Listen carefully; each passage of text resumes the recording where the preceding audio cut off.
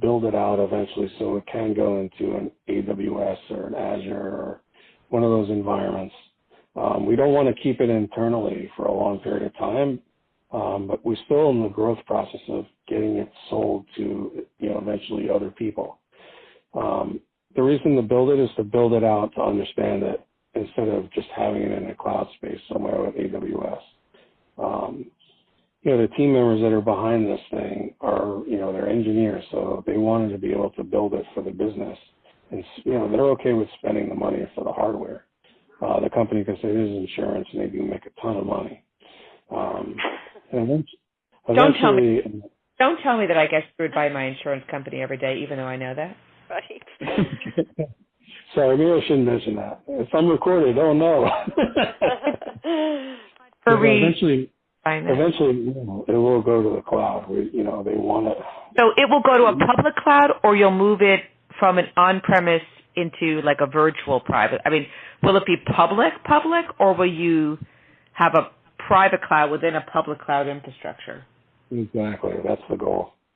So you'll move it off of your premise into some other environment, let people kind of manage the infrastructure for you, but you'll control. It will not be like, you're not going to be basically, auctioning site manager. You could have a defined infrastructure in the cloud. Right. And are you going to do that because you think ultimately that's a cheaper, more efficient way to do it? Or are there other reasons why you think that that's a good thing? Yeah, they don't. I mean, their goal is to build this software as a service app because there's not that many. If you look at the market for this stuff, there are things out there, but you need developers to actually develop it. So right. Okay. So they're looking at the cost savings to employees and things like that. But and the customizations that they're going to eventually have to do. They want to be Do you understand the insurance business?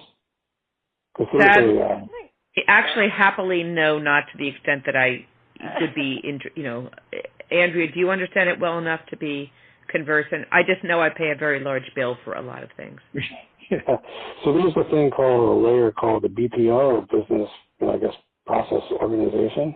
Mm-hmm. Operation, they do things for, like if I'm a broker, I could sell multiple different plans, but if you are a family-owned business and you don't do customer service well, I could actually sign a contract with you that I can sell your product and do your customer service for you. And that's what Simple does, is they take business processes from other companies and they try to make it, they're actually like renting out a team member, instead of hiring somebody locally and with all the extra costs that come behind it, they go to Simple Health for someone to help do their business. Now, their goal is ultimately to be a TPA, a third-party administrator.